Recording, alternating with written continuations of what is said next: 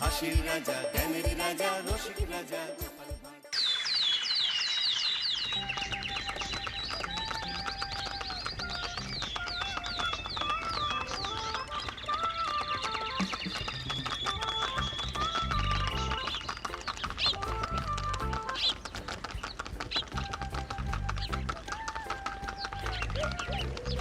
অনেক দিন পর বেশ লাগছে বন ভ্রমণ। মাঝে মাঝে কাজের ফাঁকে এইসব জায়গায় এলে মন খুব ভালো লাগে। শুদ্ধ বাতাস, মাটির সোনা গন্ধ, পাখির কলতান, আহা।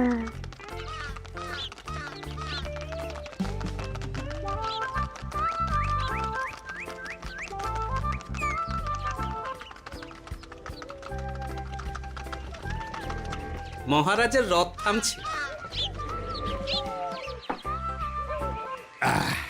আমরা এইখানে বসে আজ রাজকার্য পরিচালনা করব। মন্ত্রী, তুমি ঝটপট এখানে বসার বন্দোবস্ত করে দাও। আমি এক্ষুনি ব্যবস্থা করে দিচ্ছি মহারাজ। এই এখানেই আমাদের বসার জন্য ছাউনি করে দাও। এক্ষুনি করে দিচ্ছি মন্ত্রী মশাই। এরা বসার জায়গাটা করে দিক, ততক্ষণ আমরা একটু হেঁটে আসি।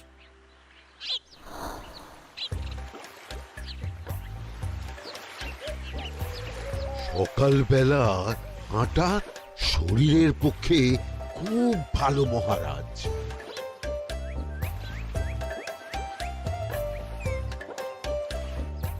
আগেকার দিনে রাজা মহারাজরা এই সব বনে মৃগয়া করতে আসতেন। মৃগয়া একদম ভালো নয় মন্ত্রী। তুমি জঙ্গলে আসছো অন্য প্রাণীদের মারতে। কেন মারবে? ওরা তো তোমার কোনো ক্ষতি করেনি। না, তা করেনি, কিন্তু তখন ওটা রাজা মহারাজাদের খেলা ছিল। শুনেছি আপনার প্রপিতামহ খুব ভালো বাঘ শিকার করতেন, অনেক বাঘ মেরেছেন। মন্ত্রী, তুমি একটা কথা হয়তো জানো না। আমার প্রপিতামহ শিকার করতেন, কিন্তু কোনো স্বাভাবিক জানোয়ারকে নয়। যে বাঘ মানুষ খেকো হয়ে প্রজাদের ক্ষতি করত, আমার প্রপিতামহ সেই সমস্ত বাঘদেরই মারতেন। এছাড়া উনি বন্য প্রাণী সংরক্ষণ করতে বড়ই ভালোবাসতেন।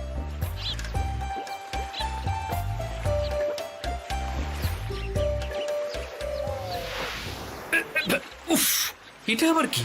এই এটা আবার কোথা থেকে উড়ে এলো? কোথাও তো ঝড় হাওয়া কিছুই নেই।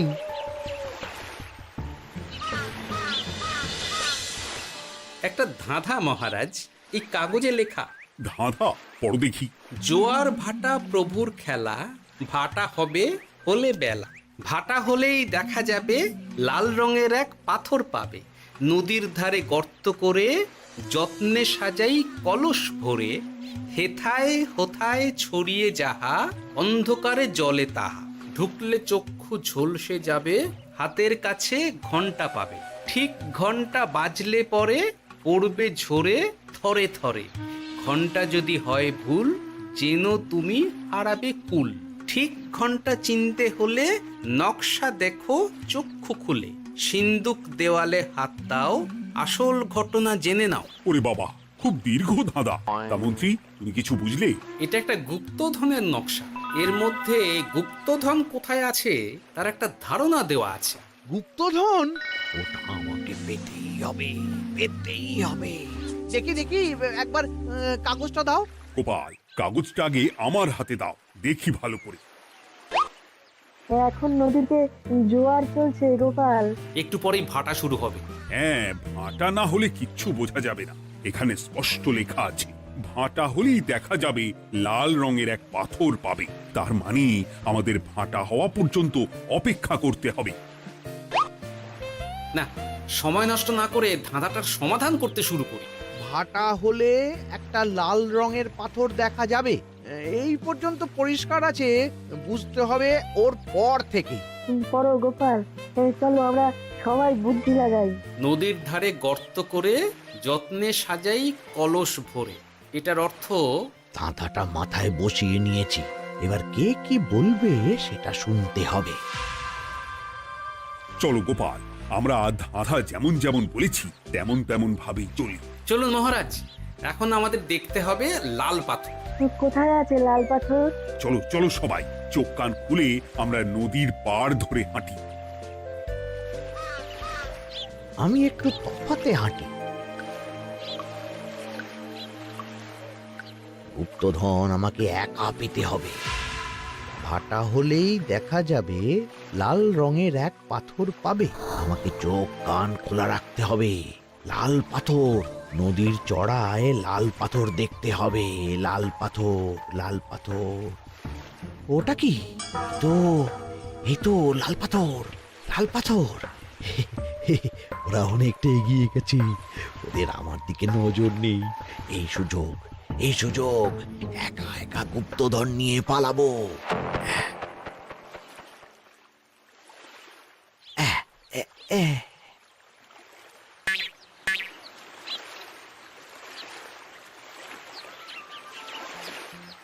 কি গো, আমরা তো হেঁটেই চলেছি, লাল পাথর তো কই দেখতে পাচ্ছি না। আরেকটু হাঁটতে হবে মহারাজ, গুপ্তধন বলে কথা, ওকে আর সহজে ধরা দেয়? সেটা অবশ্য সঠিক কথা। আচ্ছা, আমরা সবাই তো আসছি হেঁটে হেঁটে, মন্ত্রী মশাই গেলেন কোথায়? ও কি যে ঘটে! সত্যি তো, মন্ত্রী কোথায়? ও সেনাপতি, মন্ত্রীকে দেখেছো? কই না তো মহারাজ। তাহলে কোথায় গেলেন মন্ত্রী মশাই? এই জঙ্গলে বাঘ ভাল্লুক আছে, শেষে কিনা বাঘে নিল। হায় হায় হায়, মন্ত্রী গিন্নির কাছে আমি কি মুখ দেখাবো? হুম, বাঘ ভাল্লুকের পেটে যাবার লোক তো মন্ত্রী মশাই নন। ও গোপাল, কি ভাবছো? কিছু তো একটা বলো। এখন আমাদের মন্ত্রী মশাইকেই খুঁজতে হবে। তবে মন্ত্রী মশাই বাঘ ভাল্লুকের পেটে যায়নি। তুমি নিশ্চিত হচ্ছ কি করে? অত পেঁচালো মানুষকে বাঘ ভাল্লুক গন্ধ শুকেই ছেড়ে দেবে, হজম করতে পারবে না। না না না, এখন রসিকতা করার সময় নয়, আমাদের মন্ত্রীকে খুঁজে বার করতেই হবে। কোথায় গেল মন্ত্রী? চলো চলো, গুপ্তধন মাথায় থাক, চলো মন্ত্রীকে খুঁজি। আহ, মন্ত্রী কোথায় গেল কে জানে। একবার পুরো ধাঁধাটা ঝালিয়ে নি। ভাটা হলেই দেখা যাবে লাল রঙের এক পাথর পাবে। ভাটা হয়েছে, লাল রঙের পাথরের মাথায় চাপ দিয়ে গুহার মুখও খুলেছি। এবার এবার নদীর ধারে গর্ত করে যত্নে সাজাই কলস ভরে। এটাই তো ঠিক বুঝতে পারছি না।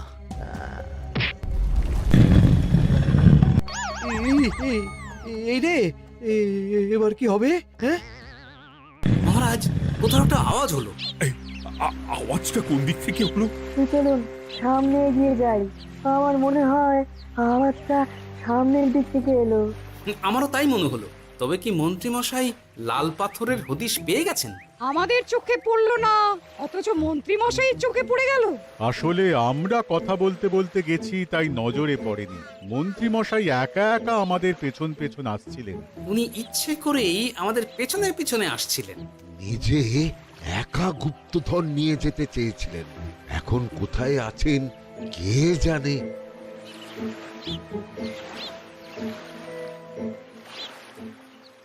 এই অন্ধকারে কিছু দেখতে পাচ্ছি না তো। দাঁতাতে কি ছিল? হ্যাঁ, কি ছিল? হেথায় হোথায় ছড়িয়ে যাহা, অন্ধকারে জলে তাহা, ঢুকলে চক্ষু ঝলসে যাবে, হাতের কাছে ঘন্টা পাবে। পেয়েছি পেয়েছি, ঘন্টা ঘন্টা ঘন্টাটা পেতে হবে। ঘন্টাটা ঘন্টাটা ঘন্টা। ভাটা হলেই দেখা যাবে লাল রঙের এক পাথর পাবে। নদীর ধারে গর্ত করে যত্নে সাজাই কলস ভরে, হেথায় হোথায় ছড়িয়ে যাহা, অন্ধকারে জলে তাহা, ঢুকলে চক্ষু ঝলসে যাবে, হাতের কাছে ঘন্টা পাবে। ঠিক ঘন্টা বাজলে পরে পড়বে ঝরে থরে থরে, ঘন্টা যদি হয় ভুল, যেন তুমি হারাবে কুল। ঠিক ঘন্টা চিনতে হলে নকশা দেখো চক্ষু খুলে, সিন্দুক দেওয়ালে হাত দাও, আসল ঘটনা জেনে না।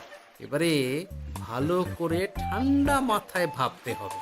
ভাটা হলেই দেখা যাবে লাল রঙের এক পাথর পাবে। সেই লাল পাথরটাই তো খুঁজে পাওয়া যাচ্ছে না, অথচ মন্ত্রী মশাই খুঁজে পেলেন। আওয়াজটা কোথা থেকে আসছিল? এই কাছে পিঠে এই কোথা থেকে আওয়াজটা আসছিল।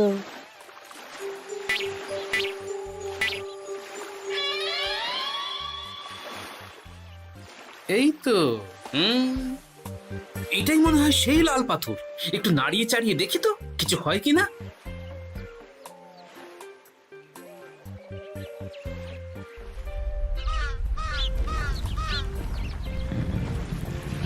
এই তো, কাজ হয়েছে। এই তো সুড়ঙ্গ।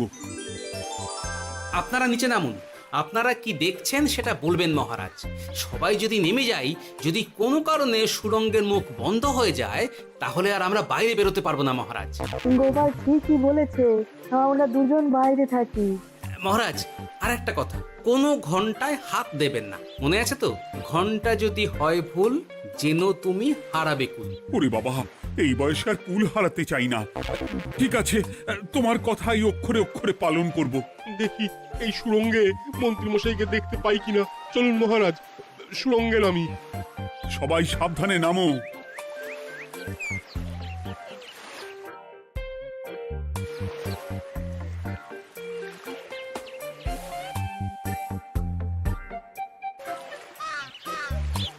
মহারাজ, ওখানে কি কি দেখতে পাচ্ছেন?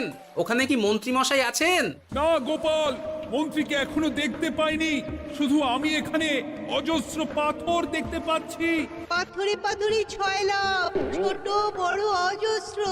পাথরগুলো বড় অদ্ভুত, কিরকম কিরকম মানুষ মানুষ গড়ন। লম্বা বেঁটে হরেক রকম। মানুষ মানুষ গরম, সেটা কি রকম? আর কিছু? কোনো কলসি কি দেখতে পাচ্ছেন? কলসি তো দেখতে পাচ্ছি না। মহারাজ, কলসি থাকতেই হবে, কারণ ধাঁধায় লেখা আছে, নদীর ধারে যত্ন করে যত্নে সাজাই কলস ভরে। গর্তটা আসলে হলো সুড়ঙ্গ, কিন্তু কলস। মহারাজ, মহারাজ, এইদিকে এইদিকে একটা কলসের মতো কি যেন আছে। এদিকে আসুন, এদিকে এদিকে। হ্যাঁ গোপাল, দেখতে পেয়েছি। এবার আমি যেরকম যেরকম বলবো সেই রকম সেরকমই করবেন। আমি বিজ্ঞানীকে নদী থেকে জল তুলে পাঠিয়ে দিচ্ছি। পাত্র কোথায় পাবে? আমাদের জল খাবার যে পাত্র আছে সেটা আনতে লোক পাঠাচ্ছি। ঠিক আছে। শুধু একটা কথা বলছি, আপনারা কেউই সুড়ঙ্গের ভেতরে কোনো কিছুতে হাত দেবেন না। কেন গোপাল? সব পরে বলবো, এখন আমি যা বলছি সেটা শুধু মনে রাখুন। সুড়ঙ্গের ভেতরে কিছুতে হাত দেবেন না। ঠিক আছে। প্রহরী, তুমি যাও, যেখানে আমাদের বসবার আয়োজন করা হয়েছে সেখানে গিয়ে একটা জলের পাত্র নিয়ে নদী থেকে জল ভরে নিয়ে এসো। গোপাল, মন্ত্রীমশাই কোথায় গায়েব হয়ে গেলেন? কোথাও গায়েব হয়ে যাননি বিজ্ঞানী, কোথাও গায়েব হয়ে যাননি উনি। উনি ওই সুড়ঙ্গের ভেতরেই আছেন। কিন্তু কেউ তো ওনাকে দেখতে পাননি। সম্ভবত পাথর হয়ে আছে। এখন কিভাবে পাথর হয়েছেন সেটা তো আমি বলতে পারবো না। সবটাই স্বপ্নের মতো লাগছে। ঠিক যেন স্বপ্নের মতো লাগছে। এই জীবনে সুরঙ্গ দর্শন হয়ে গেল। আমাদের পাতাল প্রবেশ। পাতালে আসিয়া আমি মনে মনে বলি, গুপ্তধন নিয়ে আমরা যেন সৎ পথে চলি। তোমার এখনো কাব্য আসছে সভাকবি? আসছে মানে কাব্যের সাথে আছে রোমাঞ্চ, করছে গা শীত, হচ্ছি আমি অধীর। মহারাজ, জল দিয়ে বিজ্ঞানীকে পাঠাচ্ছি। কি করতে হবে বিজ্ঞানীকে সব বলে দিয়েছি। তুমি ভেতরে আসবে না? আসবো ঠিক সময়ে। এখন আমি যেমন যেমন বলবো আপনি ঠিক তেমন তেমন করবেন। ঠিক আছে।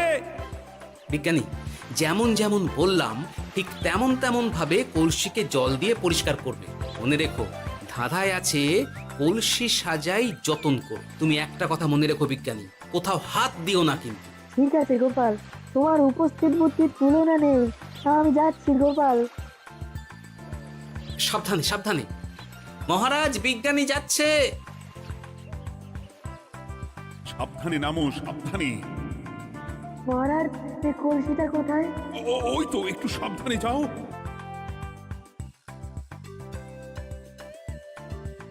বিজ্ঞানী, কলসির দেখা পেয়েছো? পেয়েছি পেয়েছি পেয়েছি। এবারে কলসিটাকে ভালো করে জল দিয়ে ধুয়ে দাও। কলসির আলোয় সুড়ঙ্গ আলোকিত গোপাল। এরপর কি? ভালো করে দেখুন মহারাজ, কোথাও ঘন্টা দেখতে পাচ্ছেন কিনা। ঘন্টা? একটা তো নয়, সার সার ঘন্টা, অনেকগুলো ঘন্টা। সাবধান, ঘন্টায় হাত দেবেন না, শুধু দেখুন।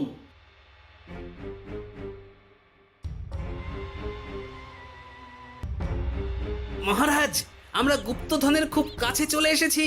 তাই নাকি? কি মজা, কি মজা, এবার খাবো ক্ষীরের গজা। আহ সভা কবি, চুপ করো। এখনো আমরা গুপ্তধন পাইনি।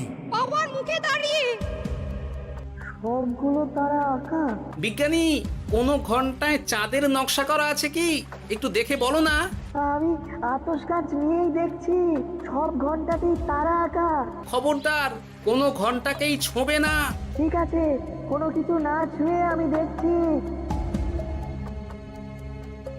পেয়েছি গোপাল, চাঁদ আঁকার ঘন্টা পেয়েছি। ওই ঘন্টাটা বাজাও, বাজাও।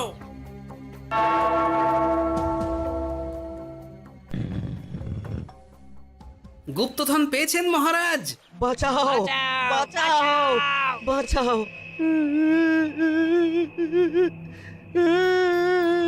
বাঁচান মহারাজ, বাঁচান বিজ্ঞানী, মহারাজ, মন্ত্রীর গলা পাচ্ছ না? মহারাজ, আমি পাথর হয়ে আছি, আমাকে মানুষ করুন মহারাজ। তুমি তো মানুষই ছিলে, হঠাৎ করে পাথর হলি কেন? মহারাজ, গুপ্তধন পেয়েছেন? পেয়েছি, তার সাথে মন্ত্রীকেও পেয়েছি। মন্ত্রী এইখানে কোথাও পাথর হয়ে দাঁড়িয়ে আছে। দাঁড়ান মহারাজ, এবার আসছি। সাবধানে এসো। আমি ভেতরে যাচ্ছি, বুঝলে? যদি কোনো কারণে দেখো পাথরটা গুহার মুখটা আটকে দিয়েছে, অমনি তোমাদের কাজ হলো পাথরটাকে ছুঁয়ে ফেলা, বুঝলে? ঠিক আছে গোপাল দাদা। আমার মনে হয় বিপদ আর কিছু ঘটবে না, তবুও সাবধানের তো মান নেই। ঠিক আছে, তুমি নিশ্চিন্তে ভেতরে যাও। বাঁচাও, আমাদের বাঁচাও, আমাদের সবাইকে মানুষ করুন। আমাকে মানুষ করুন মহারাজ। আপনাকে তো মানুষ করা হবে মন্ত্রী মশাই। আগে বলুন, আপনি পাথর হলেন কি করে? ও, মনে পড়েছে, ধাঁধার শেষ লাইন। সিন্দুক দেওয়ালে হাত দাও, আসল খবর জেনে না। সত্যি গোপাল, তুমি না থাকলে এই এত কিছু আমাদের সবার কাছে অজানাই থেকে যেত।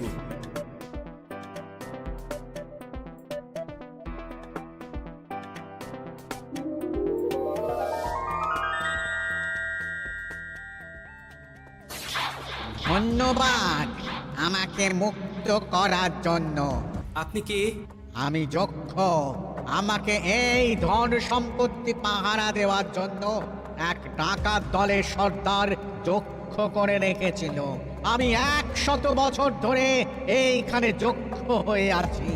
আমি তোমার জন্য মুক্ত হলাম গোপাল। এই সম্পত্তি তোমার গোপাল। সম্পত্তি নিয়ে আমি কি করব?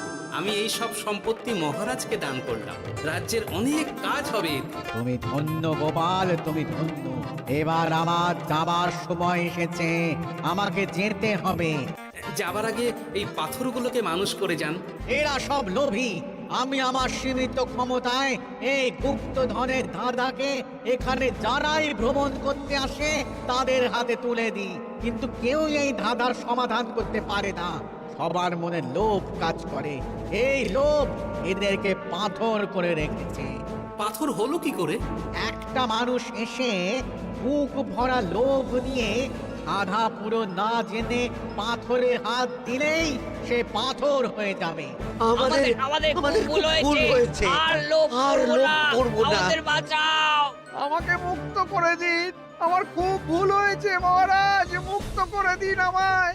তুমি এখানে আগে এসেছিলে, তাই তো আগে এসে ভাবলে নিজেই একা একা গুপ্তধনকে হরপ করে দেবে। এদিকে তোমাকে না দেখতে পেয়ে আমাদের কত চিন্তা হচ্ছিল। যারা লোভী তারা কারো কথা ভাবে না, শুধু নিজের কথা ভাবে। আমাকে আর একটা সুযোগ দিন, আমি আর লোভ করব না মহারাজ। ও, তোমার কথার কোনো দামই নেই। না মহারাজ, আমাকে আর একটা সুযোগ দিয়ে দেখুন, আমি আর লোভ করব না, আমাকে মানুষ করুন মহারাজ। আমাদের সবাইকে আমাদের মানুষ সবাইকে করুন। মানুষ করুন, দয়া দয়া করে করুন, দয়া মানুষ করুন। করুন। যক্ষরাজ, এদের আপনি ক্ষমা করে দিন। ঠিক আছে, তোমাদের আবার মানুষ করে দিচ্ছি।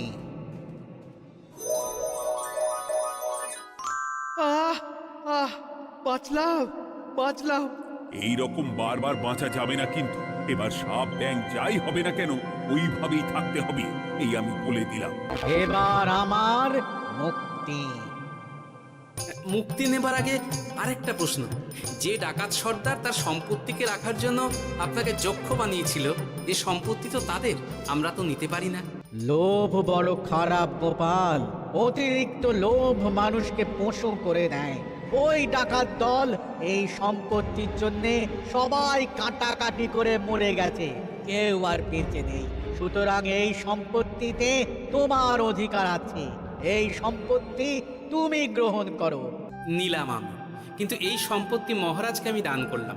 ডাকাত দল জনগণের সম্পদকে লুঠেই তো সম্পত্তি বানিয়েছে, তাই আমি জনগণের কাজে লাগবার জন্যই এই সম্পত্তি মহারাজকে দিলাম। গোপাল, তোমার জয় হোক। এবার তাহলে আমি যাই, তোমরা সবাই সুখে থেকো আর ভালো থেকো। গোপাল, তোমার তুলনা হয় না। তোমার ঋণ আমি কোনোদিন শোধ করতে পারবো না।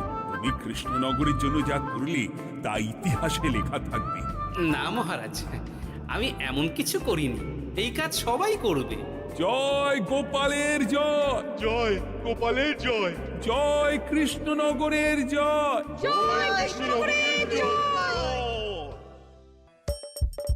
হাসির রাজা জ্ঞানের রাজা রসিক রাজা